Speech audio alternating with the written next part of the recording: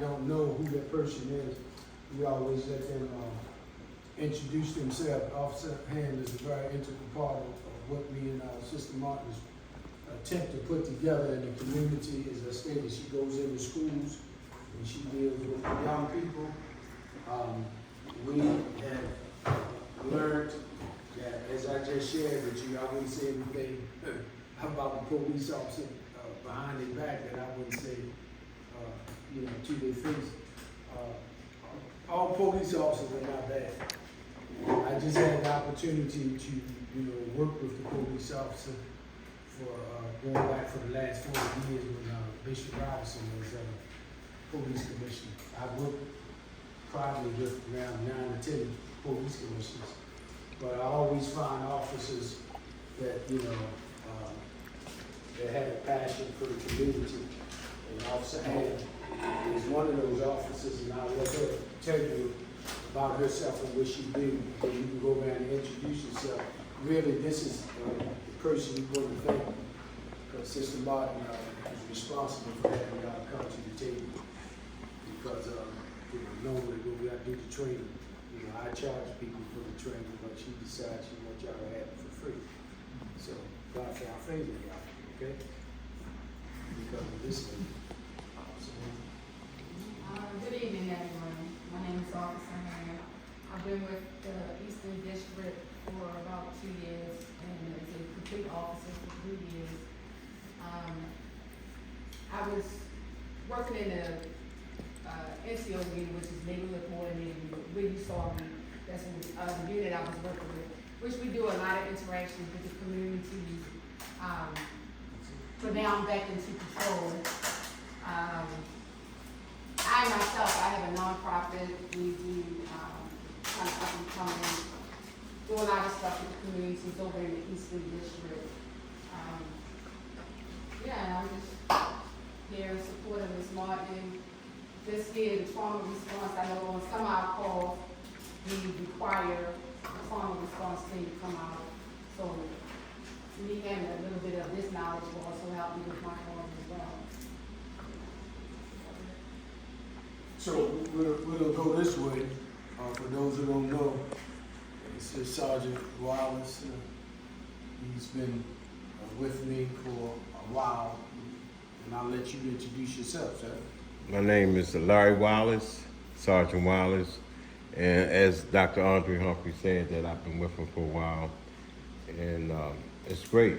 Trauma response team. I've been in a lot of classes and got certified. And it's a great team to be with. As Dr. Andre Humphrey, like when people out in the field, there's some times where people were launching at the police officer and he defused the confrontation, because a lot of times people talk to us, the trauma response team, and no disrespect, but they don't talk to the police like they talk to the trauma response team. And it's great. Once you get involved, you'll say, this is what I want. So it gotta be in your heart. You gotta be there. So that's me. Every time I call this brother, he shows up, and just to go a step further, he has his own podcast, which if any of you guys want to make a formal statement, that Officer Hand can't speak for the entire police department because we have public relations. But we would love to hear some of the great work that you're doing. And Brother Wallace gave the contact number that somebody from North is supposed to be getting back to you the shooting that happened with the kids at home. Yes, sir. Hey, my name is Kenneth Lord. Those people call me, they know me by the name Musa, or they call me Boots, whatever. Anybody feel comfortable with calling me. I'm trying to put my foot in the door, actually, or get both of my feet in the door, is creating a non-profit. Right, I'm working on it. It's going to happen. Right. As of lately, I've just been out here trying to show as much support as I possibly can. Dealing with the community as best as I could outside of my busy schedule. And I'm just looking forward to just like, working with as many people as I can, particularly the juveniles and those that are ex-offenders, because of, I'm an ex-offender myself. So, that's pretty much, my short story is more vast than that, but that's just a short part of it. Ernestine Smith. I started, I guess, with mental health at Rosewood State Hospital. I did 5 years there. Went from there to Patuxent Institution. Did 15 years there, working underneath of the lieutenant running the mental health department over there, and which brought me here, which was my interest in hearing this class right here because of the background with the mental health. Appreciate you coming. Thank you. And the esteemed Sister Sabrina Martin, who juggles a lot of hats. She's assistant to the chief and project manager. And she can tell her own story. Hi, I'm Sabrina Martin. I'm the program manager and assistant to the chief. I love the trauma team as my background is in addiction counseling and mental health. And all the things I've been exposed to with trauma in my own life, I see the difference when you have the information, how it can change your life. So I'm just here to support the people in the community and try to give people more knowledge about what they're going through. Thank you. Hello everybody, I'm Goldie. Just here maybe 2.5 months from Jamaica. I was invited by Ms. Sabrina Martin, and I just came to see really what this was all about because my background, I'm a minister and counselor. Okay. Counseling, and I was led here. What church you in? Jamaica. Oh, okay. Yeah. But the spirit led me here to try to help out the university. Glad to have That's you. not good. Glad to have And I used to do, wasn't really a trauma response, but it was a community service with Alicia Reyes in Richmond, Virginia. you. Mhm. And she was very active doing the trauma response things in Virginia. So I used to travel with her to some of the things and try to counsel the community whenever they had any issues or anything like that. Very good. And so I'm just gonna see where God leads me. Mr. Lyon? So my name is Eliza Cooper, and I'm director of an organization called Thriving Community Collaborative. And the focus is dealing with trauma and resilience and teaching those kinds of skills, but bringing that to the community as to how they can respond to different things that happen in their lives in a positive manner. And one of my focuses is primary prevention. Sure. Did everybody sign the sign-in sheet? Everybody sign the sign-in sheet? Yes. So, you will find the information that I'm gonna share with you, in case the police department calls us in to, review situations where there's been a police involved shooting. And, apparently we must do a pretty good job, because they always call us, because, take it real quick, how I got involved with the trauma piece.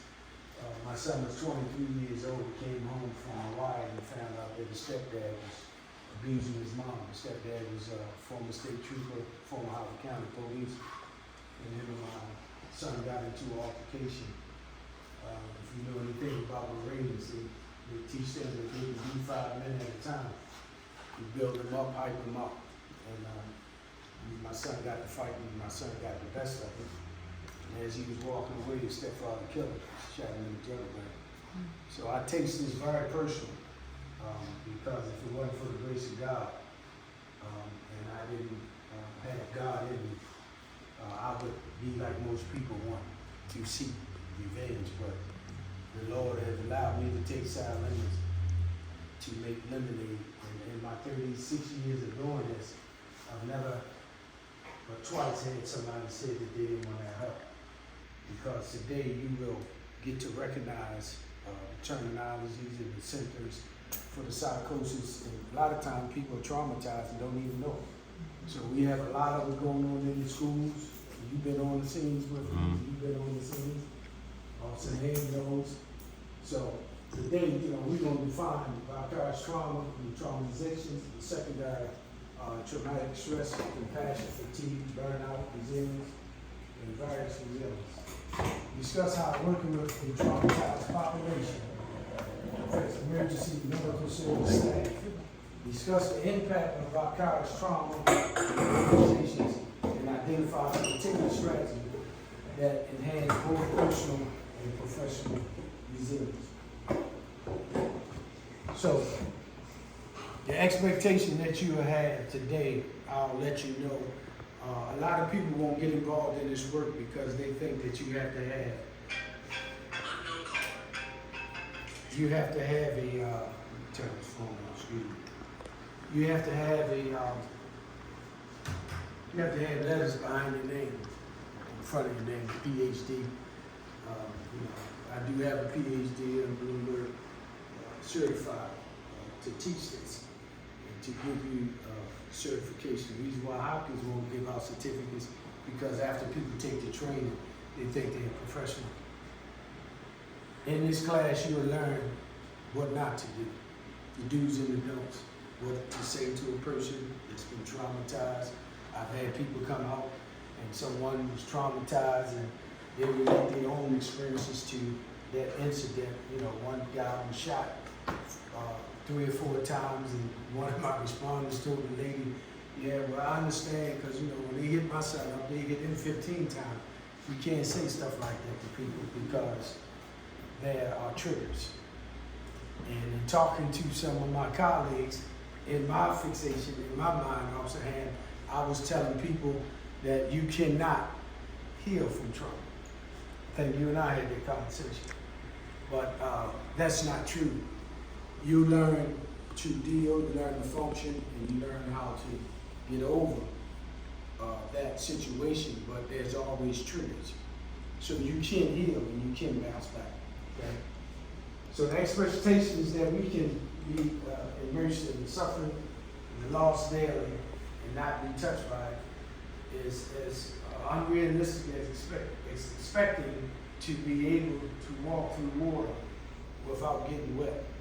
So I don't know what you came today, but this is just a sneak preview to show you some of the information that I share, that I train people on.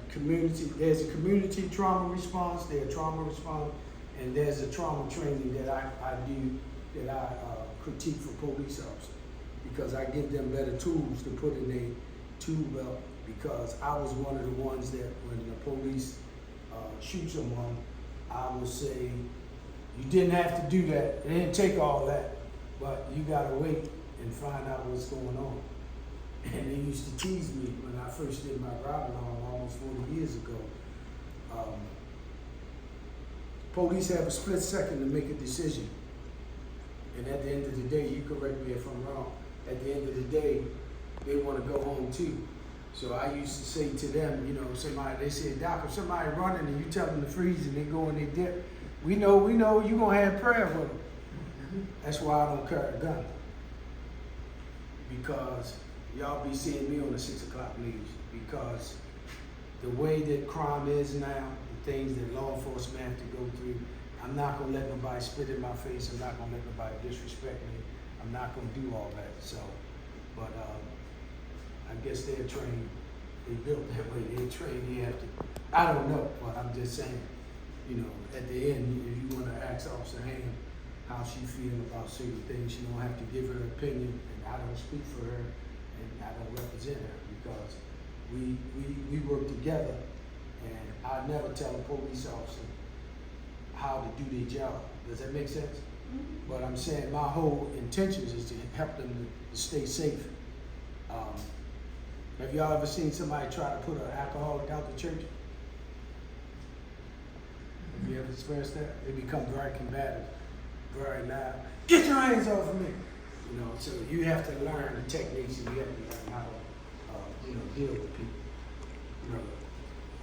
The stress, and acute chronic traumatic stress. The vicarious trauma, the critical incidents of stress, and vicarious traumatization, the secondary trauma, stress, compassion, and fatigue, and burnout. How many of y'all know that you can be traumatized and don't even know it? So when you're traumatized, let me take you a step back. You know, the whole world is traumatized, and I'll start and go around, and I don't want to get stuck and get into a debate. Why do you think so many people are lashing out? Do you think COVID had something to do with it, where people stay pent up in the house and the frustrations was pent up, and that's that COVID going in now, as long as they move really getting. I figured it was going to do that. Hopefully it'll stay like that now. Yeah, so nowadays you can't even, if a person on the edge, you don't know what people is going through. So you could just say good morning to somebody and they can go off on you. Have y'all ever experienced that? Yeah. You know, before I go any further, I want you to know I'm allergic to people that's been good all their life. Because, you know, I'm in the trenches. I've been doing this for a while, and if you put me in a room with combative people, I can just about tell you who we are. But once you let the horse out the barn, it's too late to get him back. So you can say things that will trigger people, right? And this is why a lot of our young people are using weapons, and because they don't know how to process. I'm not going to stigmatize all of them, but some of them, they don't know how to process of how should they deal with conflict. Yes, ma'am.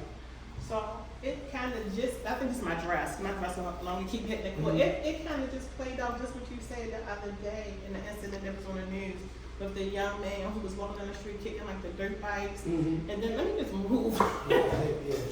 And the I did that. Yeah, you are. I did. And the white guy, that was an activist, tried to come and calm him down or whatever. He was like, "Why are you doing that?" And he was like, "I'll kill you." And he went right over there and stabbed. The man fell over and he stabbed him right in front of him. I'm like, that was trauma. So, that's the guy was dealing with trauma. He was acting out. You could see it, right? And he was trying to, I guess, get that aggression on him. And then we found out like he had all over his girlfriend, right? So he didn't take it out, but she came right back screaming like, "Oh my God, I'm so sorry." I was like, you can just see it playing out. People are so traumatized. Right. Don't know how to deal with it. And if you plan on doing this work, you should have some sense of knowledge of. Let me clarify this.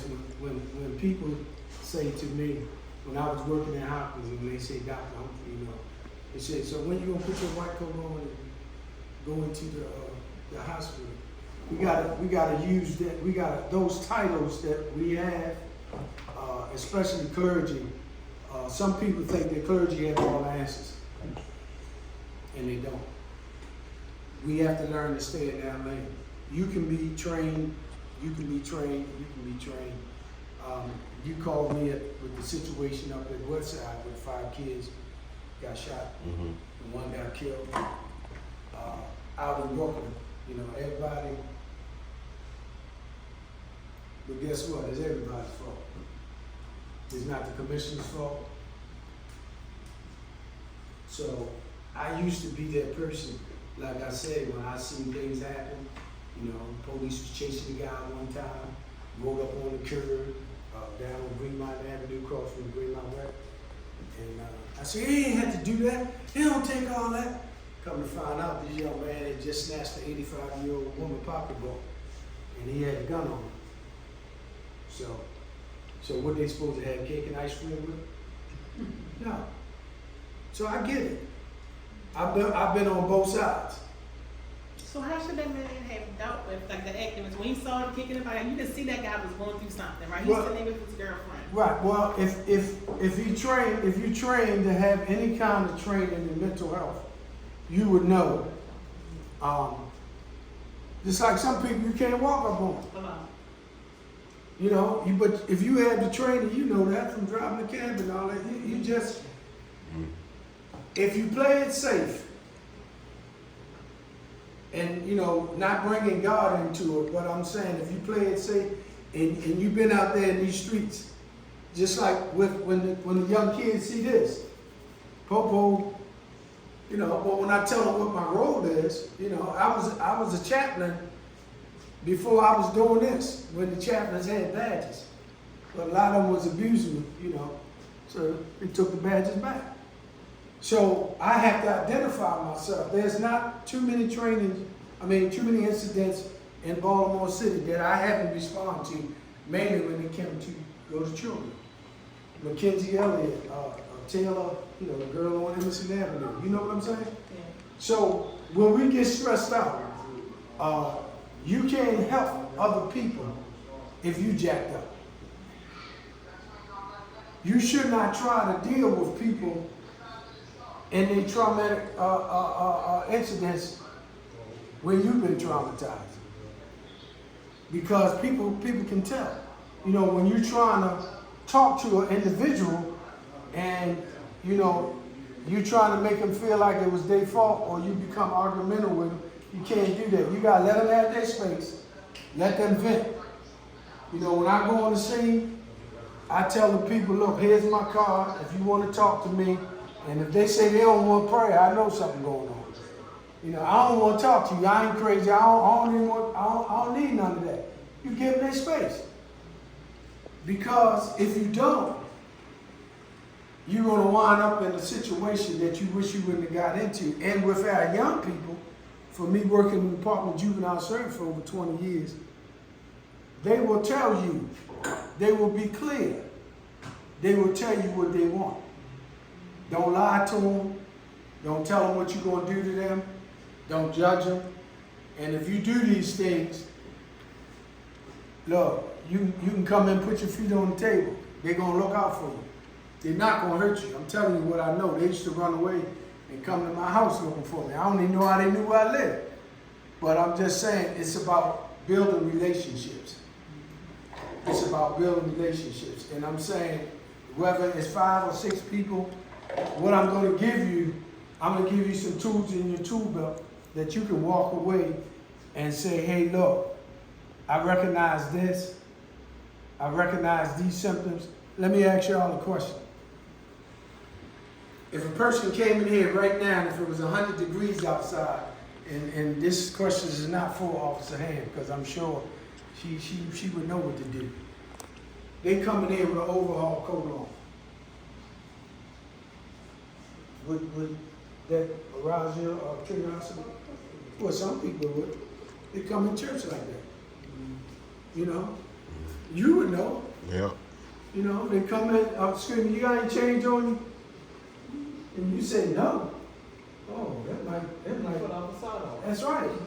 I need something to eat. When I was a pastor at Greater Bethesda Missionary Baptist Church on Fulton Avenue, the deacons used to get upset with me because I say whatever the food the church had, give it to them. So they run and con, they ain't lying to me, they lying to God. It's not our job to pass judgment on people. And please get this. I forgot to give y'all a little writing pad so y'all can make y'all own little notes. But here's the thing. Instead of looking at people and saying, what's wrong with you? We need to ask them what happened to you. Because you don't know that person's story. And as I say, if your mind is not strong, especially these young ladies, they'll tell you some stuff that you ain't ready for. And the question would be, can you handle it?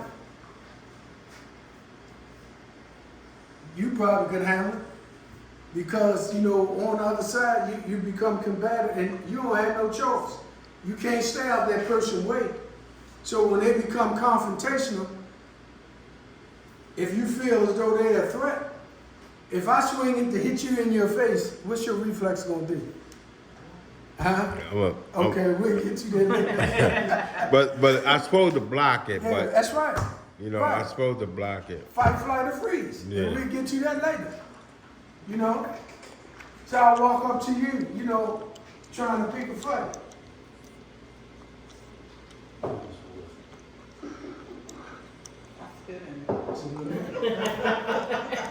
You got you on camera, sir. You see what I mean? Okay, thank you. So if you know that person that has some mental health issues, should you say that? That I spit in that? So, okay, so they might tell you, wait till I come back. And if you notice, in these shootings all around the country, at some point, somebody knew that this guy had some mental health issues. And then when they come back, they always get the person that they want. In some cases, they shoot up everybody. Right. So I'm sure you've been on the job with disgruntled people, you know. But unfortunately, we don't be at work today when they come back. God is good, isn't he?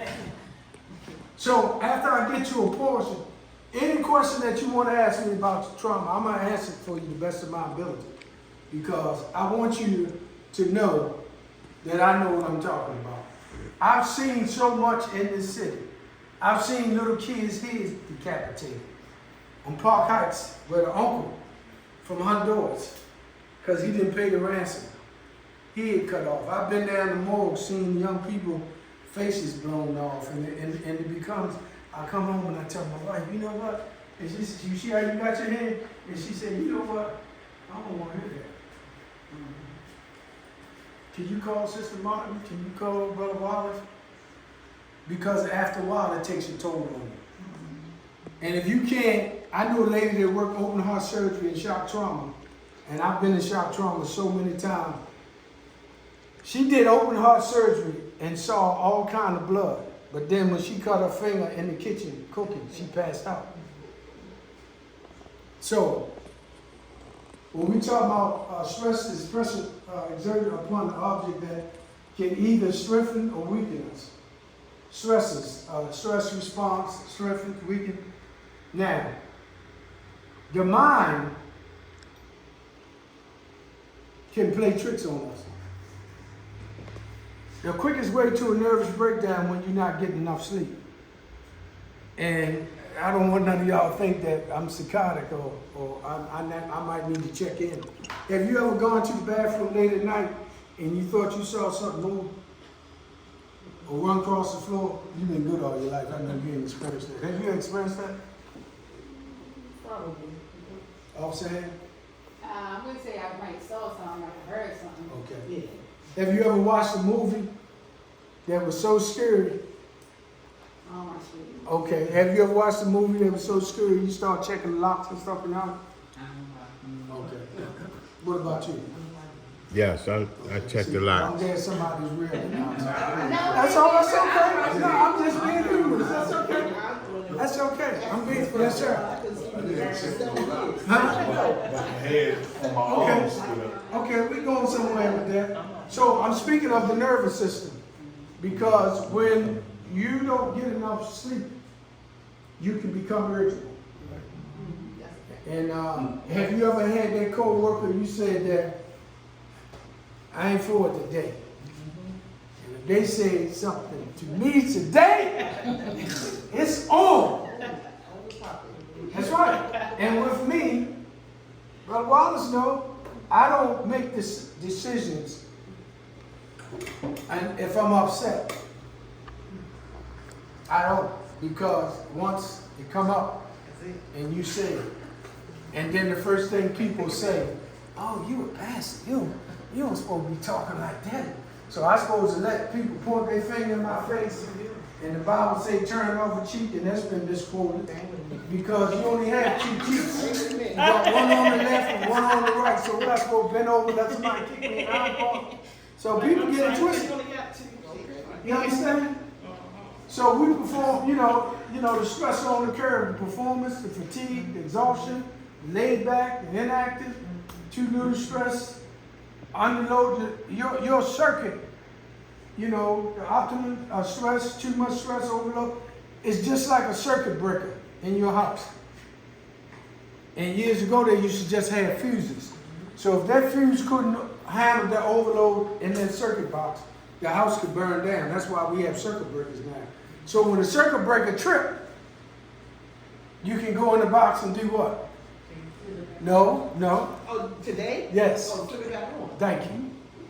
Mm-hmm. So I can get you to blow, and then you can go home and, take a drink or whatever, and then you come back and be all right. Is that how it works? Yeah, that's No, that's not how it works. That's not how it works. Because when we're talking about fear and the fight, flight, or freeze, even an animal can sense that we're afraid. Have you ever been walking down the street and dogs start chasing you? If you stop, get on with me. Except he might be a pit bull. I can't say about them. But the dog know when you're afraid. So when you see them, they first stick up on their back. You know, not bringing pests and all that into the training, but same way with the rat. Years ago, you could stomp your feet, get on with me, and they might run. But nowadays, they smell food, they're coming at you. So the human brain plays, it's the mind, the frontal lobe and all that plays the part in your brain.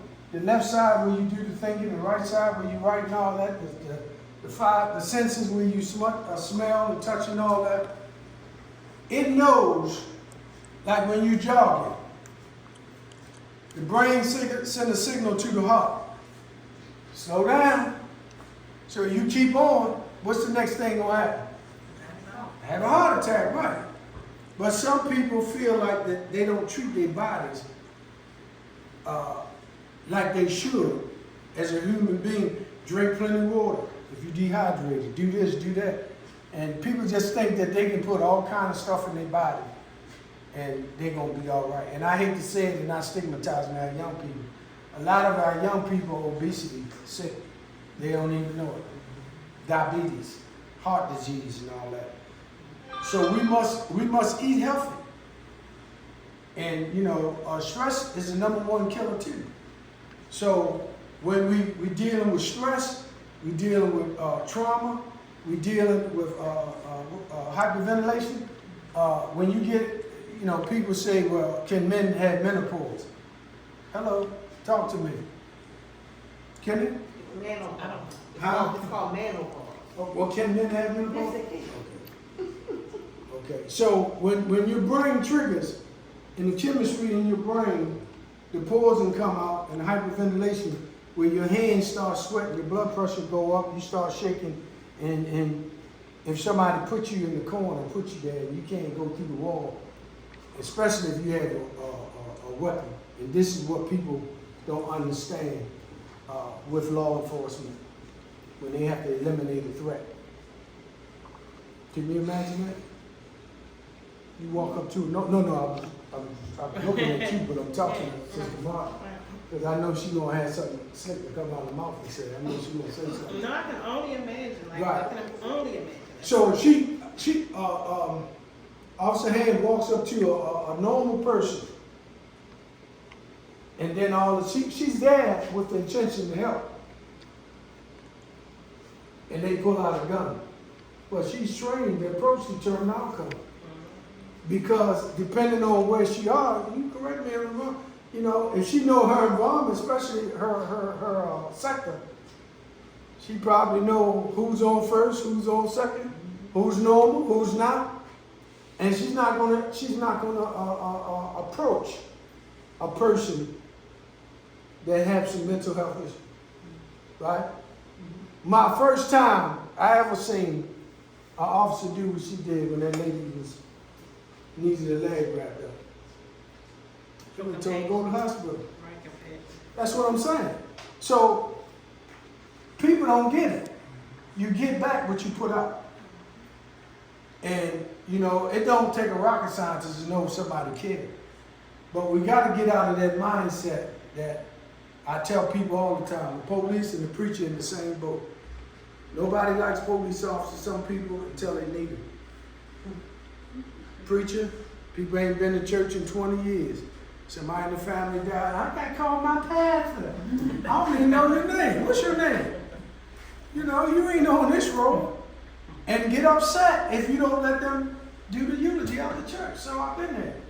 You know, so when we deal with the, you know, the trauma response and, you know, the stress response, the brain and the body's, you know, alarmed and alert responses to threatening situations, which I just told you about, they're integral to the life of every living organism and our natural defense against danger. And here we go again. I just told you. fight, flight, or freeze. I'm sure you know what that means. I'm sure you know what it means. And I know Officer Hand knows what it means. Do you know what it means? Flight, fight, or freeze. Yes. Flight mean run. Okay. Fight mean fight. Freeze mean freeze. Yeah, but no, it's not that simple. What is it? So what if you can't fight? If you can't fight, you gotta move out of there. Well, you gotta back up. What Run. if you can't? What if If you you can't? feel defeated, what you gonna do? Freeze. Okay. When the police tell you to freeze Freeze. and you keep running, They're gonna do what they gotta do okay. to stop you. Okay. So can we always flight? Can we always leave? No? So how we gonna defend ourselves? Yes, sir. Under all three of them, I think it depends on the circumstances on which one you want to react to. I beg to differ. Yes, depend on whether your life is in danger. I agree with you. But I'm saying you can be in a normal situation in an argument with somebody. So are you able to fight, flight, or freeze? I get in a beef with you and say, Sister Liza, you say something about my mother one more time. I'm going to do such and such and such. And then you respond to me and I say, okay, wait till I come back. And you going to be bad. I'll be here. I'll be here.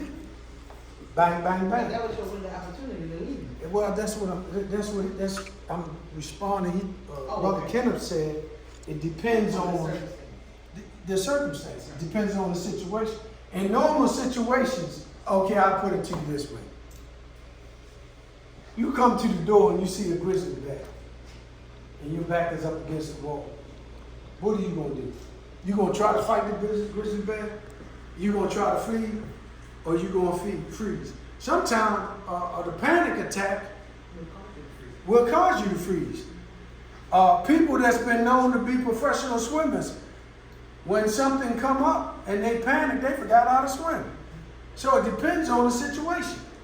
You know, but I train my brain that when I go somewhere, I say, Lord, show me when these demons get ready to rise up in these Negroes. Yeah, because and the Lord do it. So when you say, I say, okay, you right. You see me do it. Have a blessed day. You know, because I'm trained, and I want to get you to that point at some point, because this is just the tip of the iceberg with this training, where you will use the tools that people will know that they can't push your last nerve. And Satan send people out to you like that intentionally, knowing that they can get under your skin, especially our children. You can take an orange and cut it in half, and somebody tell the other child, my orange is bigger than yours, and you got to fight. Give me that orange. You know? So it depends on how you absorb things. It depends on how you approach things. And God knows we need these trainings. How many of y'all ever did fire drills in school? So if you ain't do it for so long, you forgot how to do it, right? Yeah. Okay, so you're in the movie and the fire break out and the exit over there. Only so many of y'all gonna get through that door at one time. But when they panic, what happens? What's that? Green Friday, Black Friday? When them doors open up, people been trampled on and all that goes with this.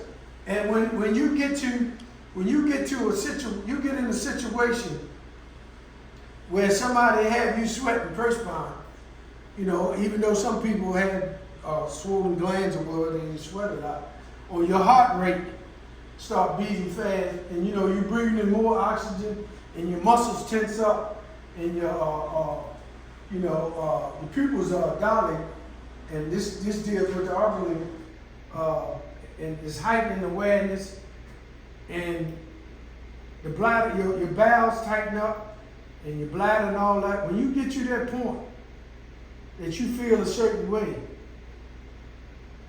you can't stay. You gotta move. Because I hear people say it all the time. Oh, I can never kill nobody. Oh, I can never do that. Oh, I would never do that. I mess with Sister Martin all the time. If somebody push you to the point, you're gonna do it. Officer Ham, I don't want you to think I'm promoting on this, but I'm just keeping it 100. I'm telling you like it is. So when we get to the question and answer part, anything, just like the emergency medical people, you know, Narcan saves a lot of people's lives. The Good Samaritan Act, you know, I read your mind, sister. I ain't giving no junkie no mouth to mouth. I ain't putting my mouth on them, Dr. Humphrey, right? But would you But do it? I give Narcan all the time. You No. don't have to put your mouth on them to give Narcan. No, I'm talking about first aid. You mean, But there's a difference the first aid. I know. There's no longer a mouth to mouth Okay. for anybody. I know, but I'm That saying, is, no one does that anymore. okay, but in the past, didn't they used to do that? They did. Okay, even they had a thing there that they put over your mouth and all that. So when they was doing that, was people still pulling on the side and helping people? I'm just trying to get clarity because I don't see it anymore. When they were doing it? Yes. Yes. People Okay. still doing it. But if you in a position to help somebody and you don't do anything, can you be held accountable? They changed the law now, so. They changed the law, okay. Thank you for it. Yeah. Primitive stress, you know, you're playing with the stones. So, you know, it's all about knowing what to do. I have a sister, she teaches stopping the bleed. You know, once that artery is hit, and this is just my personal belief. I don't want y'all to say Dr. Humphrey said that, but you know, and being a hero sometimes, heroes die first. And you know, I'm not gonna give my life like Dr. King, because you know, folk didn't appreciate it. And you know, marching, I don't do prayer walks, I don't do prayer vigils, because that's when the people come back. And sometimes when they see everybody together, and there's a certain person they want, they come in the crowd. It's just me. Make sure you have that on record. It's just Dr. Humphrey. I'm not trying to force my beliefs or ideologies or none of that on you. But I'm just saying, the training, you know, it's necessary. You never get enough training. You know, if you want to deal with the how to become a community trauma responder. You know, there's somebody in the community when something happens. You know, the pastor who knows his parishioners. Most of the police officers have a good rapport, like down in Zion with Pastor Prentice. We'll turn around Tuesday and all that. You know, when something happened, the police will respect that the pastor know. You know, this person. It might be a burnout. You know, little girl walking around with her little dog. You know, I mean her dog. And that's Miss So-and-so dog. You know, so when we go on the crime scene, I train our people. It doesn't matter because I have the experience and I have the knowledge. It depends on who can get the breakthrough. Whether it be you don't have to have a PhD, or you don't have to have none of that. No type. Because some people, they just feel comfortable with your face and with your presence. So if they talking to you, I don't need to break it. Hello, my name is Dr. Humphrey. I'm the chief. No. And I told Officer Hand that if I'm riding along with Officer Hand, I'm saying she know these people. She take me somewhere, and I let her introduce me. You know what I'm saying? Because sometimes when people do that, it kills things. I mean, it's just like you almost had the person to talk them off the ledge.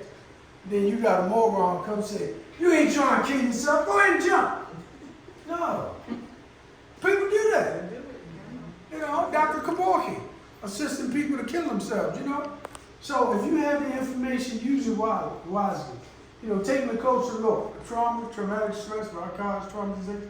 You know, we have to take a look at ourselves in the mirror.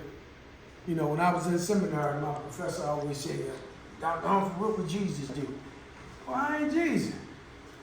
You know, I can't equate myself what he would do. And people play on it. I'll be the first to tell you as a clergy. The church will never be the same again because people has become lackadaisical and they have brought too much worldly stuff in the church. And God is not pleased with that. Ask me to prove it, Sister Martin. In the uprising, there were 300 ministers locking arms, walking down North Avenue. I was there with Malcolm Russell, Chief Russell. And of course, I know I'm going to get some phone calls when I say this, but y'all know I'm not scared of the devil, plus a breath state. But if they was there for the right reason, on one accord, they could have stopped it, right? Do you believe that? So I was there, what did they fool me out? What did they 15 years? Oh, I'm Dr. So-and-so. God ain't pleased with none of that. God uses the least one. That's why God uses jacked up folk. He used messed up folk. I'm telling you. Because I was there, you know, don't never let people count you out. Because whatever God wants you to do, whatever assignment that He wants you to fulfill, you're going to do it. That's why when I need Sister Martin to do something, she sometimes is a sucker for saying story. I'll tell her, Lord, Sister, I'll tell her about little baby, need some food. The doctor, let me see how much I have. And she'll do it. It's in her heart. I'm being humorous, but it's in her heart. The same way with me. How many times I told you I wasn't going to do stuff? And you say, Dr. Homer, they need you, right? So that's what we do. Only thing you need in this line of work, you must have the passion. Now, very quickly, in your profession is what you're paid to do, your calling is what you're made to do. Why you do what you do? Very quickly, why do you do what you do? To make money? So money moves. You're talking about my profession, right? Yes. Yeah, so I can make money, pay my bills. Okay. Well, all of us do that, but I'm saying to try to help somebody, why do you do what you do? Oh, it's in my heart. What about you? I have to wonder. You care? Yes. Okay. Well, I ain't even got Passion. Say it again. Passion. What about you? We love people and pay. What about you? See changes. What about you? What about you? Everything going around you that you don't like, you be the change that you want to see. I don't care where I go. You ain't gonna steal my joy. Everybody can be in there, and face all tore down, and mad and negative and all that. I'm gonna change the atmosphere, or they're gonna put me out, because that's what God wants you to do. Those that are believers, we may be the closest thing to God that people will ever see. So you have to be that light. So what about the people that don't believe in God? That's a different story. The atheist say he don't believe in God, but when something happens, he say, "Oh my God." So it all depends where you, like you say, where you are. So something can happen in your life to make you call on somebody, right? So it depends on where you are. When I worked at Charles Hickey School, they say if a child comes to you and asks you about God, be my guest. You can talk to them all day long. But the minute they say, I don't want to hear it, you got to stop them. Now, this doesn't have anything to do with trauma, but it can fall under these topics. Religions, what you believe, you can become indoctrinated. And if you're not strong, you can get in a cult. Only with what you believe. I know some people that got in the Bible and said, I read the Bible cover to cover 100 times. And just as crazy as they can be, because some things God don't want us to know. You know? And watch those, praise the Lord, says. Brother Wallace. The water. In the Holy Roly fanatics, every other word. Oh, Jesus, Jesus, Jesus, Jesus, Jesus, Jesus. I know some folks will say that and they cuss you out in a minute and say, praise the Lord. So who they fool? Hypocrites. You know, the human homicide, sexual assault, assault attack, war, natural hurricanes, earthquake, flood, fire. As I said, on the job, a fight or a physical attack, threat of a physical harm, accident, traumatic events, a trauma can stem from.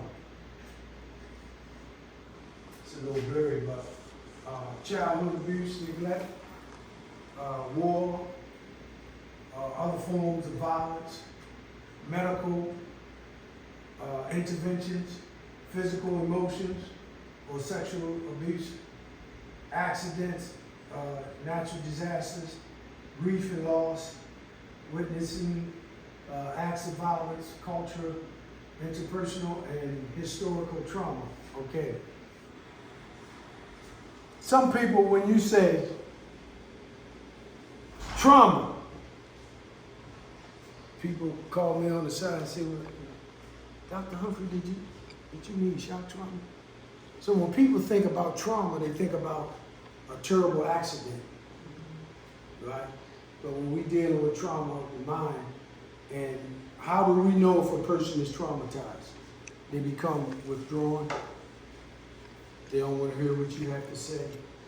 They become combative when you chastise them. They don't trust anyone. So once a person gets into that mode, you have to know what you're doing. I'm not going to pay a psychiatrist to tell me to lay on the couch and I give him all my information, because that's all you're doing. But you have to be trained, and you know, it's just like kids have been sexually abused and they use the puppets and the toys and all that. You just got to know how to get that breakthrough with people. You know, true story. When I worked at Charles Hickey School, they had a young man. All he did was he was violent. He took other kids' heads, stuck it in the toilet, and just fought all the time. Fought. So they was always doing something devilish at Charles Hickey School, so they locked me in the cell. But he said, I should kill you. I should kill you. Everybody I came in contact with, they let me down. I don't trust nobody. So I talked to the social worker. I talked to the case manager. I talked to the cottage parent. I talked to his doctors. Is that for us? I think it's just on the sense of. Oh, okay. Yeah, but then because nobody walking up and down the hall, you know what I'm saying? Because Yeah. the guys out there in the building. So, come to find out, his mom was dying of AIDS, and he was angry. And every night he was supposed to lock in, he had to have 20 people talking, you know. I said, who's in charge? But they didn't know how to deal with it. So, we're talking about our young people that goes through this stage of trauma and don't get the treatment for it. So when they go in the institution and they don't get the treatment, that vicious cycle for the recidivism. They come right back out. Then when they go back in the adult system and they've never been treated for it, so what happens? They come back out. Let me ask you this. I could be wrong. I was trying to figure out, and this is not passing judgment. Normally in an environment down in Mount Vernon, you know, people don't let anybody in. But that lady, she let the guy in. And he went in there and beat her to death with a brick. Got on the elevator with her. So, to try to figure that out, something wrong with the man? Yes. He had did something to somebody else. So, we had people walking around the streets like that every day. They might live next door to you. So you come out, I don't speak to my neighbor. I don't like my neighbor. And then one day y'all get into altercation.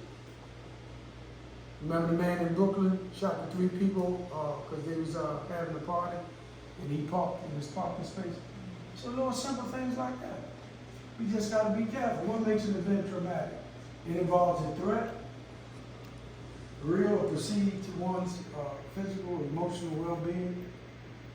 It is overwhelming. It results in intense feelings of fear and lack of control.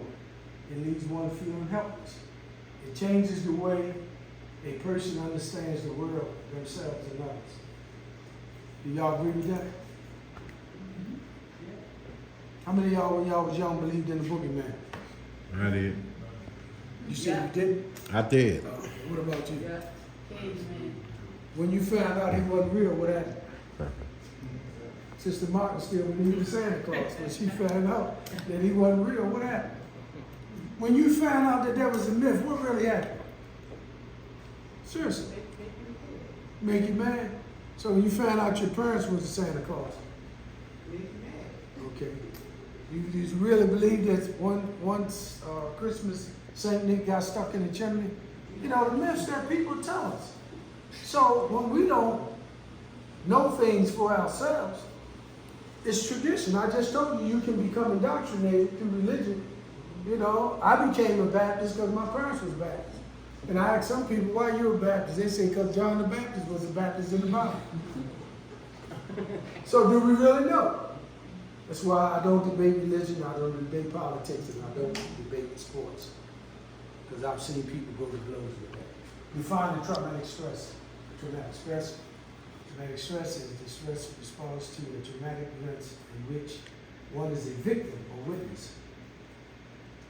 Repeated stressful and traumatic events can chronically elevate the body's stress response. 4% of victims suffer, about 44% of offenses. So, how can we deal with trauma in Baltimore City? I think we have to first acknowledge it. There you go. So, the best way to get help is to realize that you have a problem. You know, some people don't realize. You know, I had people in my family just just habitual liars. They just, you know, I had a certain amount of money the other day. Oh, did you? Just lie. And you have to tell them, do you realize that you are lying? Well, some people don't believe it. They lie so much they begin to what? Believe in themselves. So, you know, we have to be balanced. And the best thing that you can get out of this tonight, and when I ask you a few simple questions, you know, you will get a certificate that you completed. You know what I'm saying? How much you put on your wall. You know, because Officer Hand know that because of the partnership that I have with the Eastern District, I cannot pass out certificates to people that's not worthy to take this class because of the police logo on it. But they know that Dr. Humphrey is not going to do nothing that they tell me. Turn around. Yeah. So they know that, and you know that. Yeah. So work-related trauma exposure, how does it affect us?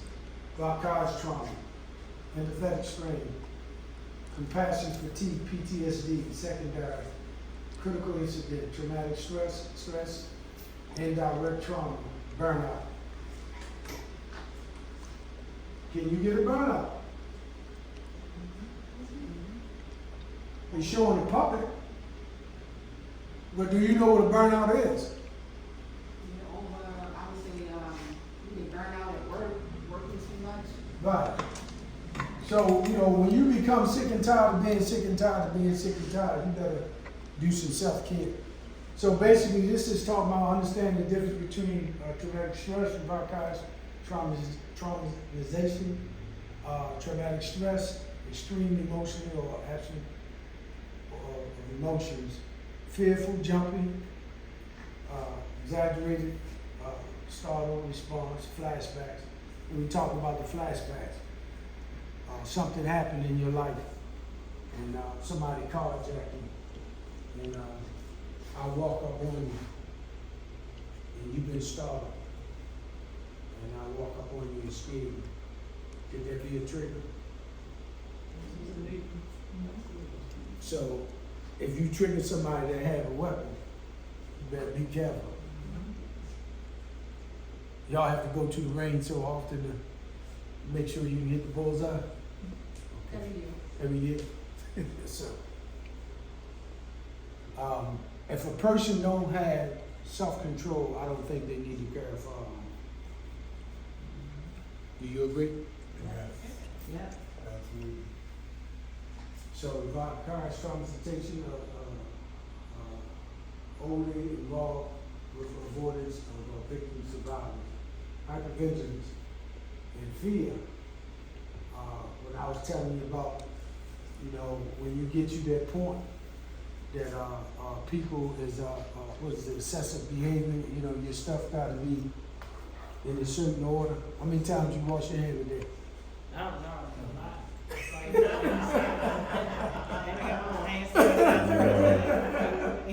Well, some people are neat freaks. You get up, I had an aunt, she would come in your house and rearrange your furniture. I'm serious, people had all kind of hang-ups, So, individuals, as a fear of one's own safety, the world no longer feels safe, and people can't be trusted. Intrusive thoughts, images, images or nightmares from victim story. Some of the horror stories that people tell, if it get to you. How many of y'all ever traveled in the country? Down south. People down there telling lies and it's time for you to go to bed. Yeah, because they